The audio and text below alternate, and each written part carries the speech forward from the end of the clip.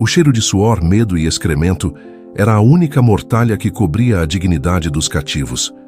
No púlpito de escravos do Fórum Boário, sob o sol impiedoso de Roma, Lúcio sentiu o mundo desabar não com um estrondo, mas com o som seco do martelo do leiloeiro. Ao seu lado, pequena e trêmula como um pássaro de asa quebrada, estava Elara, sua filha de 8 anos.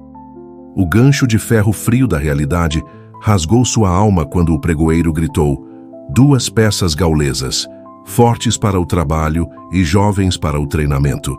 Quem dá o primeiro lance? Lúcio não era um homem, era uma peça, e sua filha, a luz da sua vida, era a segunda. Ele tentou se mover, colocar-se à frente dela, protegê-la com seu corpo maciço de ferreiro, mas as correntes em seus pulsos cravaram em sua carne, e o chicote de um legionário estalou em suas costas, abrindo um sulco de fogo. "Quieto, bárbaro!" cuspiu o soldado. Os olhos de Elara, grandes e castanhos como as avelãs que colhiam no outono, encontraram os seus. Neles não havia apenas terror, mas uma pergunta que nenhum pai deveria ter que responder. Por quê? Os lances subiram, vozes anônimas na multidão trocando moedas pela sua vida, pelo seu futuro. Um lanista, um treinador de gladiadores, inspecionou os músculos de Lúcio, apertando seus braços e ombros. Forte, bom para a areia, ponderou ele, mas seu lance foi superado por um administrador com uma tabuleta de cera. "Vendido!" bradou o leiloeiro, apontando para Lúcio. "Para as minas de prata de Hispânia, por ordem do pretor Varínius." O martelo bateu, um som final, um som de sepultura. O pânico gelado tomou conta de Lúcio. As minas. Era uma sentença de morte. Ninguém voltava das minas. Mas o verdadeiro horror veio a seguir. Um homem gordo e engalanado, um senador cujo rosto suado brilhava de presunção, levantou um dedo adornado com anéis.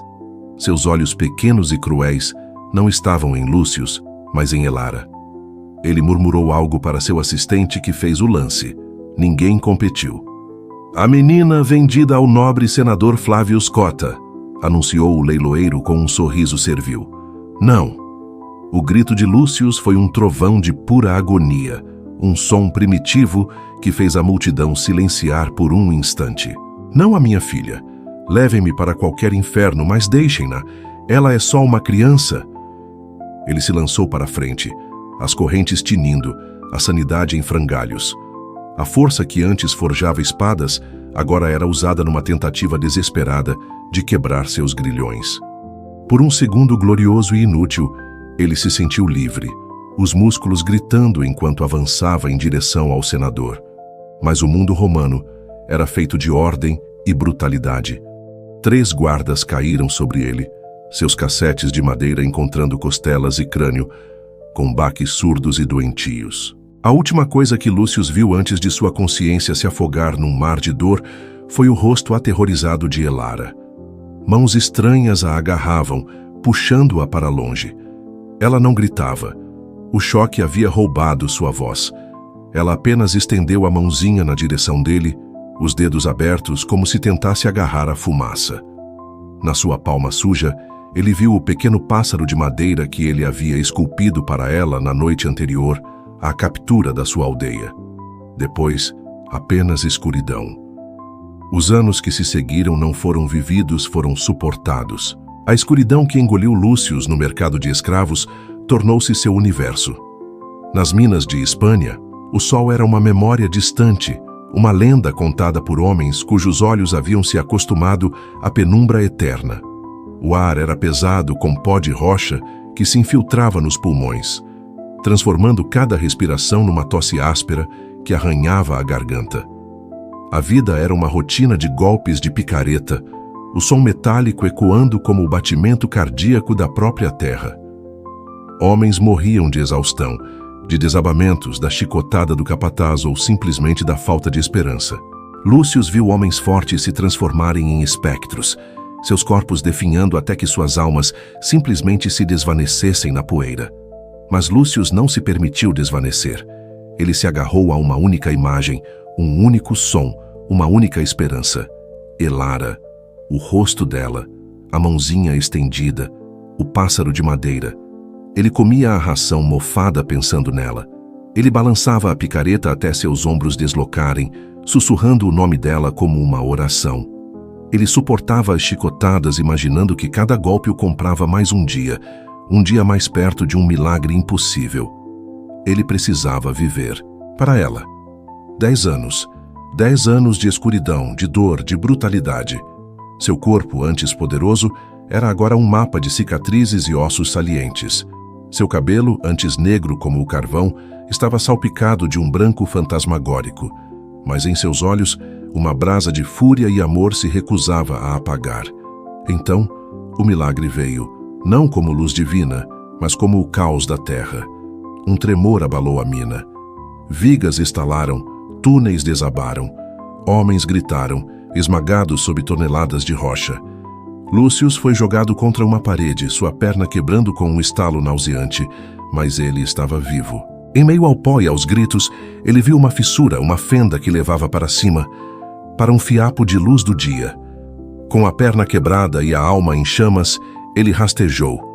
Rastejou sobre os corpos de seus companheiros mortos. Rastejou por túneis instáveis, impulsionado apenas pela imagem de sua filha. Foram 2 dias de agonia, mas ele emergiu, ofuscado e cambaleante, sob o céu aberto. Ele era um homem livre, um fantasma que havia retornado do submundo. A jornada de volta a Roma foi outro inferno. Ele mendigou, roubou, trabalhou como um animal de carga por pedaços de pão. Sua perna curou torta, deixando-o com um mancar permanente. Ele era uma figura assustadora, um esqueleto ambulante com olhos que haviam visto o abismo. Mas ele chegou. Roma, a cidade que havia devorado sua vida. Ele não sentiu admiração por seus mármores, mas um ódio profundo. Cada templo, cada arco, era cimentado com o sofrimento de homens como ele. Ele tinha apenas um nome: Flavius Cotta. Descobrir a localização da domus do senador foi a parte mais fácil. Ele se esgueirou pelas ruas ricas, um espectro no meio do esplendor, até encontrar a mansão, seus portões guardados por escravos bem alimentados. Por dias, ele observou, escondido nas sombras, o coração martelando contra as costelas a cada vislumbre de uma jovem. E então ele a viu. Saindo pelos portões, ela não era uma menina, mas uma mulher de talvez 18 anos, de uma beleza que doía. Seu cabelo escuro estava preso num penteado elaborado, suas vestes de seda flutuavam ao seu redor. Ao seu lado, caminhava um jovem patrício, rindo de algo que ela dizia. O ar abandonou os pulmões de Lúcius. Era ela. Os mesmos olhos castanhos, o mesmo formato do rosto, a mesma curva suave do pescoço. Era a imagem cuspida da sua falecida esposa. Era Elara. Com um soluço que rasgou sua garganta, ele mancou para fora das sombras, o corpo tremendo incontrolavelmente. Elara. Ele ofegou, a voz rouca e desconhecida até para si mesmo. O casal parou. A jovem olhou para ele, e por uma fração de segundo, o universo parou. Lúcius viu o rosto da sua filha, a menina que ele embalou para dormir, a menina cujas lágrimas ele secou. Mas o olhar dela não era de reconhecimento. Era de confusão, rapidamente substituído por uma fria repulsa ao ver sua figura imunda e aleijada. Ela se encolheu, aproximando-se do seu companheiro. "O que disse, mendigo?" perguntou o jovem patrício com desdém. "Elara", repetiu Lúcius, dando um passo à frente, as lágrimas escorrendo livremente por seu rosto sulcado. "Sou eu. Sou seu pai." A jovem riu. Não foi uma risada cruel, mas algo pior. Uma risada genuinamente perplexa, como se ele fosse um louco inofensivo. "Creio que se engana, senhor. Meu nome é Lívia. E meu pai, o senador Cotta, está lá dentro." Ela se virou para o jovem. "Vamos, Lúcius, este homem me assusta." O nome dele, saindo da boca do rapaz, foi como um soco final, mas foi o olhar dela que o destruiu. Ela olhou diretamente através dele, seus olhos de avelã completamente vazios de qualquer memória. Não havia nada ali, nenhuma centelha, nenhuma sombra do passado. Foi então que Lúcius entendeu a verdadeira brutalidade do Império Romano. Eles não tinham apenas roubado sua filha. Eles a haviam apagado. Eles haviam matado Elara e colocado uma romana chamada Lívia em seu lugar. A menina que amava pássaros de madeira e as florestas da Gália estava morta, enterrada sob seda e privilégio. Ele havia sobrevivido ao inferno por um fantasma. Lúcius parou de tremer. As lágrimas secaram. A brasa em seus olhos finalmente se extinguiu, deixando apenas cinzas frias. Ele olhou para a mulher que era sua filha e não era, e pela primeira vez em 10 anos, ele não sentiu nada. Nem amor, nem ódio, nem dor. Apenas um vazio vasto e desolado.